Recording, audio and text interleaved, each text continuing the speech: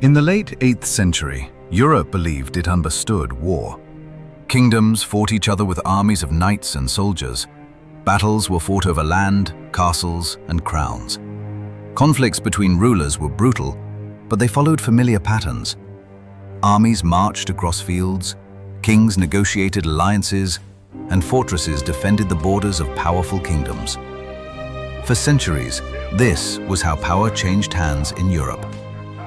But far beyond the northern seas, in the frozen landscapes of Scandinavia, a different kind of warrior culture was developing. The lands we now call Norway, Sweden, and Denmark were harsh places to live. Long winters covered the mountains and forests with snow, and the growing season was short. Farming was difficult, and communities often struggled to survive. Yet these northern societies produced people who were strong, resilient, and ambitious. They were sailors, explorers, traders, and warriors. And above all, they were masters of the sea. Scandinavian shipbuilders had perfected a revolutionary vessel known as the longship. Unlike the heavy ships used elsewhere in Europe, longships were sleek, flexible, and incredibly fast. Their shallow hulls allowed them to travel not only across open oceans, but also deep inland through narrow rivers. They could land almost anywhere: beaches, riverbanks, or shallow coastlines. This mobility made Viking warriors nearly impossible to predict. They could appear suddenly on a distant shore, strike quickly, and vanish before local forces could respond. At first, these ships carried traders and explorers across the northern seas. But eventually, they began carrying raiders. To the wealthy kingdoms of Europe, the Viking longships would soon become a terrifying sight. Within a few generations, Viking warriors would strike across the coasts of Britain, Ireland, and France. Their raids would reach the rivers of Russia, the markets of the Byzantine Empire, and even the distant shores of North America. But none of this had happened yet. The Viking Age began quietly, with a single attack. An attack so shocking that it changed how Europe viewed the northern world forever. Before the Viking Age began, Scandinavia was not a unified region ruled by powerful kings. Instead, it was a collection of small communities and tribal territories. Local chieftains controlled villages and farming lands.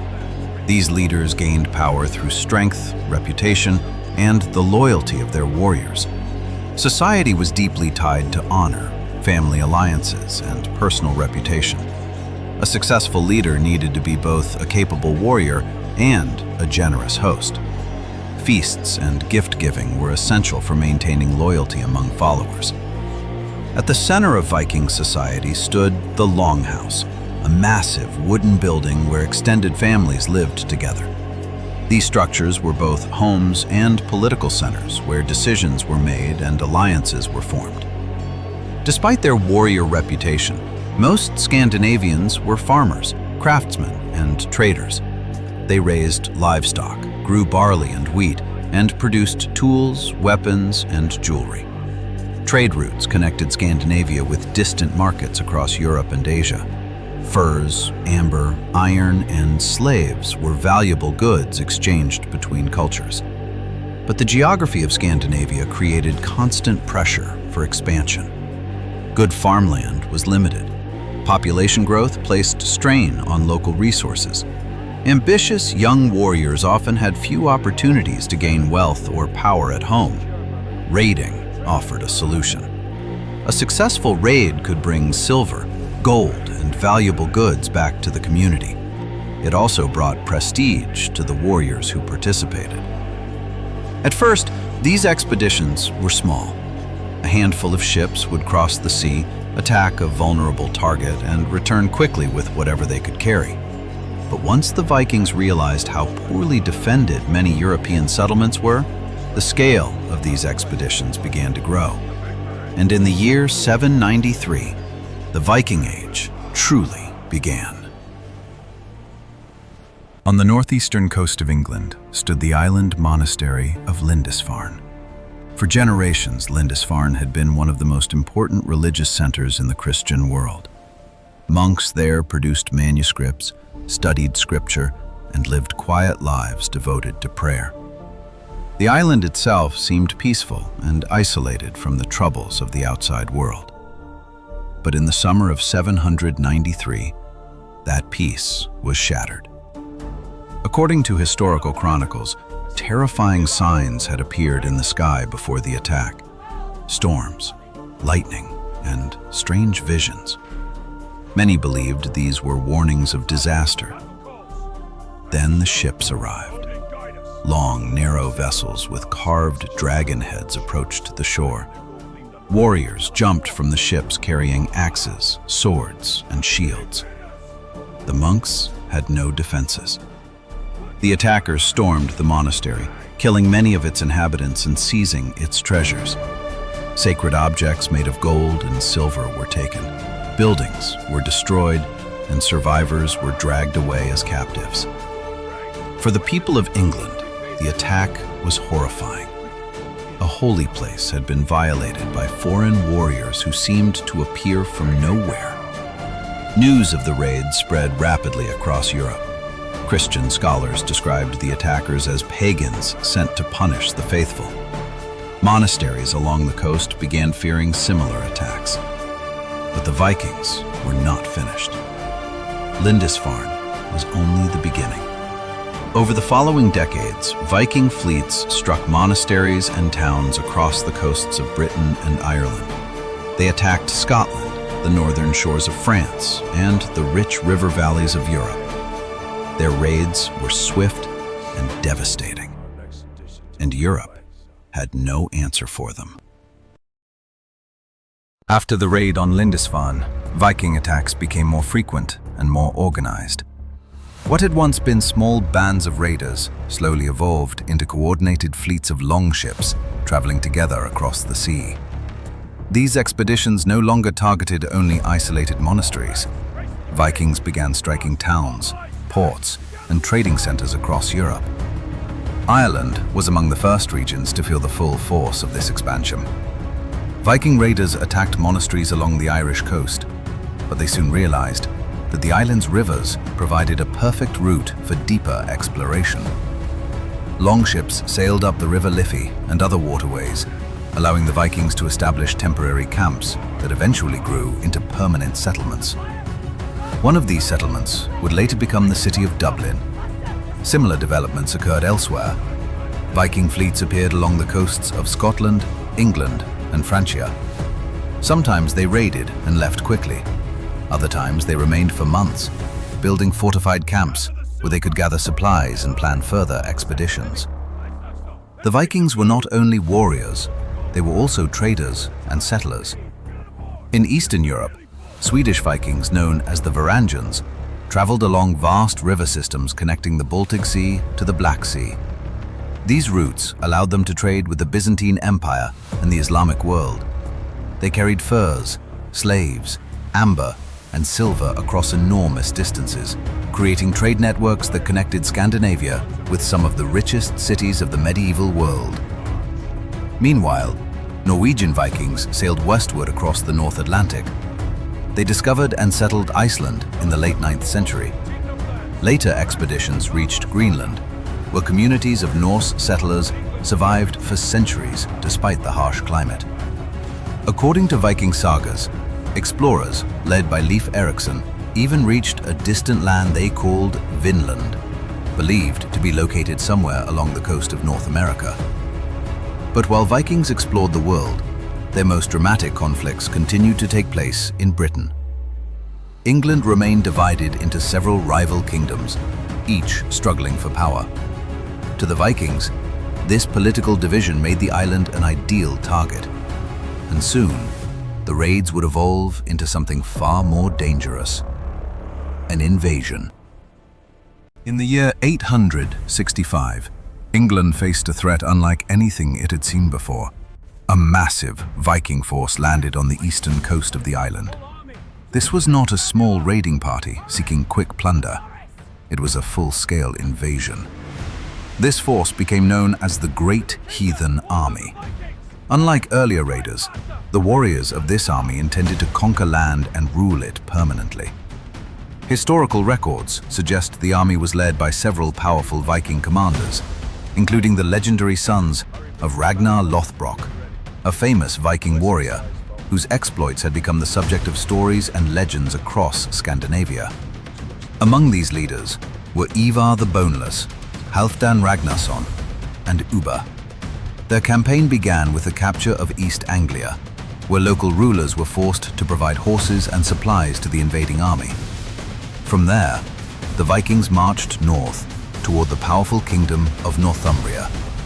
The kingdom was already divided by internal conflict, with rival claimants fighting for the throne. The Vikings exploited this weakness perfectly.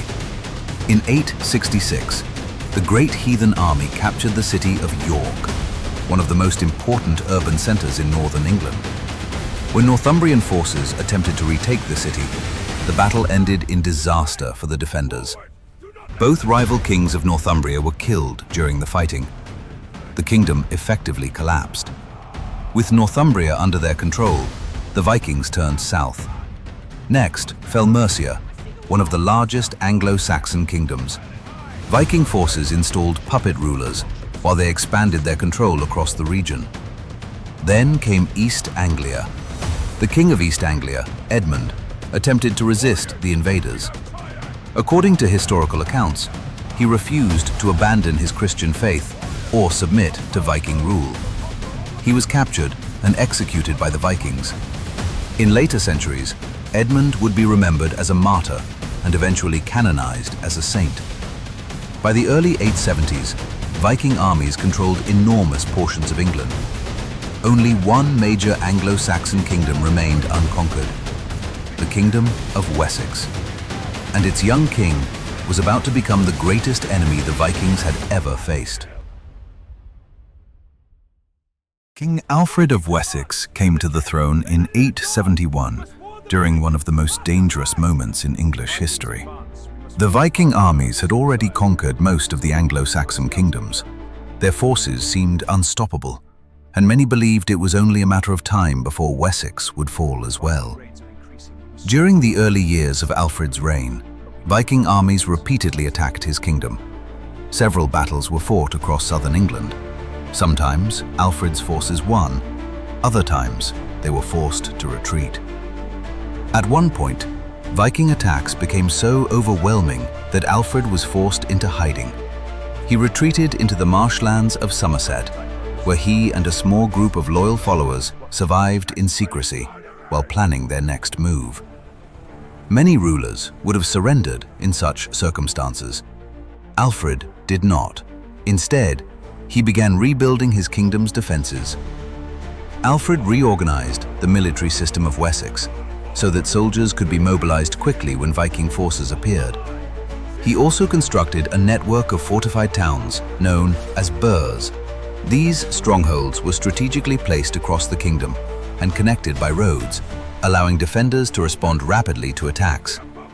This system transformed the defensive capabilities of Wessex. Alfred also built a small fleet of ships designed specifically to counter Viking longships along the English coast. Then, in 878, the decisive moment finally arrived. The Viking leader Guthrum launched a surprise attack on Alfred's stronghold at Chippenham, forcing the king into temporary retreat. But Alfred rallied his forces. After months of preparation, the Anglo-Saxon army confronted the Vikings at the Battle of Edington. The battle ended in a decisive victory for Alfred. Guthrum's army was defeated and surrounded. With no other option, the Viking leader agreed to negotiate peace. The agreement between Alfred and Guthrum reshaped the political map of England. Instead of continuing the war indefinitely, the two sides established a treaty that divided the country.